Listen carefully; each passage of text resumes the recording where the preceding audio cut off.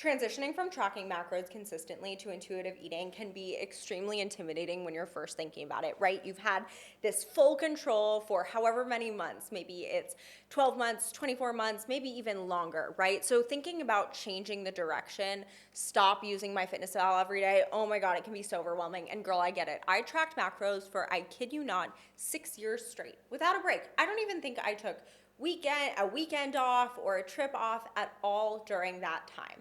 Then the first time that I actually took a break from tracking macros, it was about 3 to 6 months. And I was so nervous about taking that time off of tracking.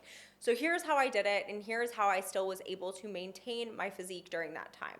So a lot of your biggest worries are probably that you are going to lose progress or you're going to yo-yo a lot during this time, and that is totally valid. So what I want you to think about is a slow transition.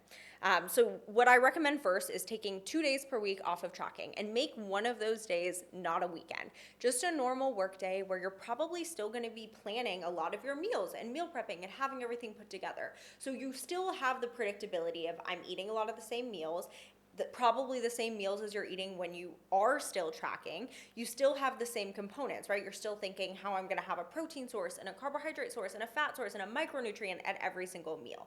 So you want to keep the same habits, you want to keep the same predictability of your meals, and the one area where yes, we can say you're not going to be making as predictable progress as quickly, and that's okay, right? When you track macros, you're tracking because you have a specific goal in mind. You want to lose body fat, you want to recomp, you want to build muscle.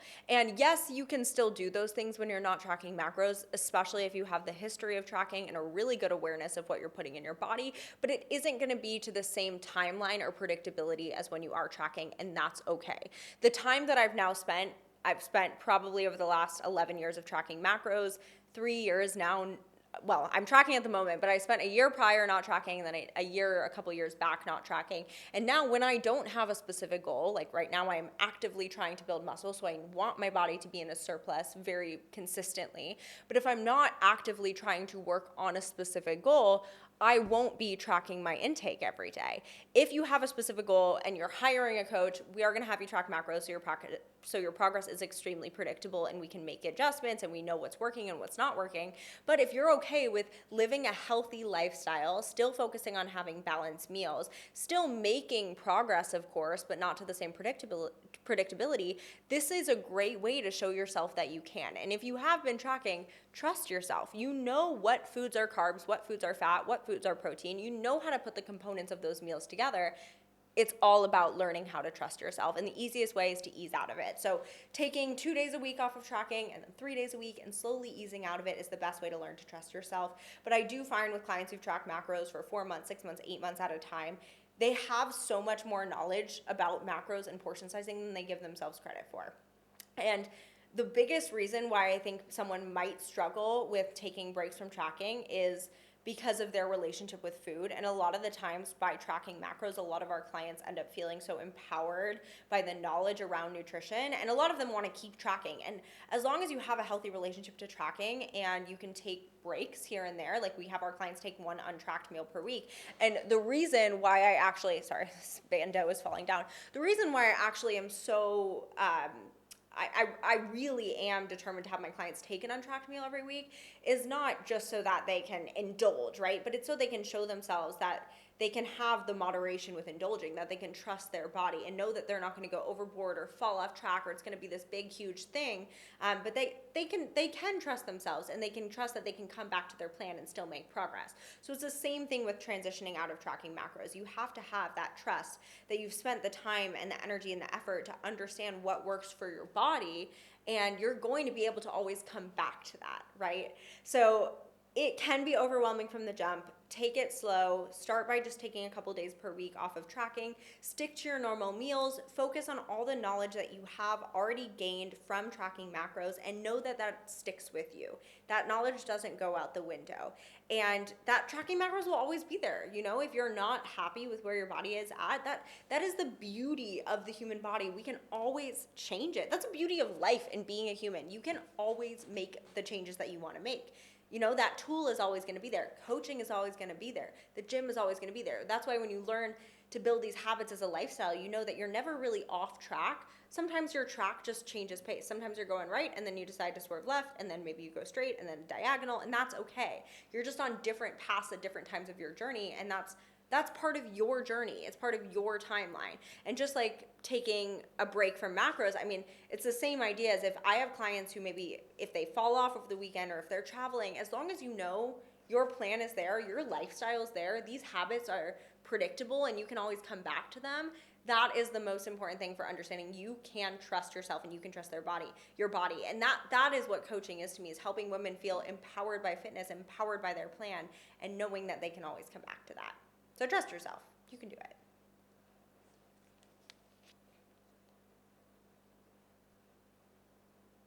Okay. I want my girls training smarter, not harder. I don't want my girls in the gym 6 to 7 days per week running their body into the ground. So how do we train smarter and not harder? Well, understanding, number one, progressive overload and lifting weights will change your body composition more than any other type of training will, right? There's pretty much 3 types of resistance training. So strength training or training for maximum strength is going to be like powerlifting, right? The 1 to 5 rep range. Hypertrophy training is what we aim for. So that is training to build muscle and change your body composition. So that's within generally like the 6 to 12 to 15 rep range, right? Within there. 6 to 8, 8 to 10, 10 to 12, within that range. 15 plus, like Pilates, is going to be more muscular endurance based, so more on lengthening the muscle instead of lifting heavy concentric. So it's a different focus, right? All good types of activity. But what a lot of people think is the more that they train, the more progress they're going to see in their body. And to be honest, that's just not the truth, right? You can train as hard as you want, but if you're not fueling your body properly or recovering properly, you're not going to see the progression in your physique that you want to see. You're not going to see that strong tone, lean look, because your body's always going to be inflamed and you're going to constantly feel run down. Now, the one thing I wanted to really talk about in here is that there's a lot of people, and I totally relate to this because at the beginning of my fitness journey, I had the exact same idea that the more that you sweat or the more calories that you burn during the workout, the more effective the workout is. And that is not the truth. Sweating is literally your body's mechanism of cooling itself down. So when your body is sweating, it has nothing to do with your effort, right? Like if I put the exact same effort in, well, of course it's going to increase your heart rate a little more and your body has to work a little harder when it's really hot. But besides the point, in terms of effort in hypertrophy and building muscle, there's no real relation, right? If I was working out in a gym doing the exact same movements and it's really hot out and there's no AC and I'm sweating more, I can get the exact same results if I'm working in a gym that has really cold AC and I'm not sweating at all. As long as I'm performing the reps to the maximum that I can in both workouts, right? It's literally your body's mechanism. You're not burning fat. You're not sweating out fat. That is not how it works physiologically. And then same things with calories burned. So we know that when you're doing cardio, you can technically burn more calories for the amount of time. Like if you're doing 60 minutes of cardio, you're burning calories during that whole time, but then it stops. After that session, you're not burning more calories. So just because maybe you burn more calories in a 60-minute cardio session than maybe you burned half the calories in a weightlifting session.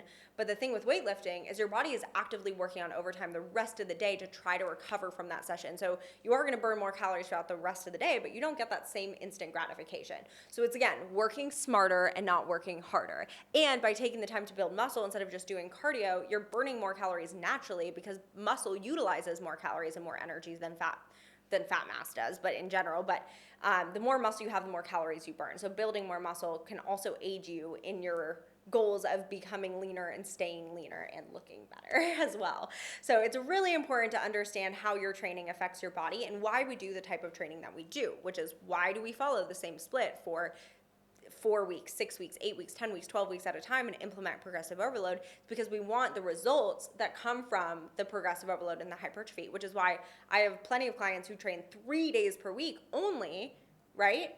And they're still making incredible progress, incredible gains because we're still hitting all the muscle groups twice per week. They're actively focusing on increasing stimulus and focusing on progressive overload, and that is helping them see maximum results in their physique because they're also able to recover properly. This is why it's so important for everyone to have their own unique plan and make sure that it's implemented in a way where you can still recover and perform effectively. Love you.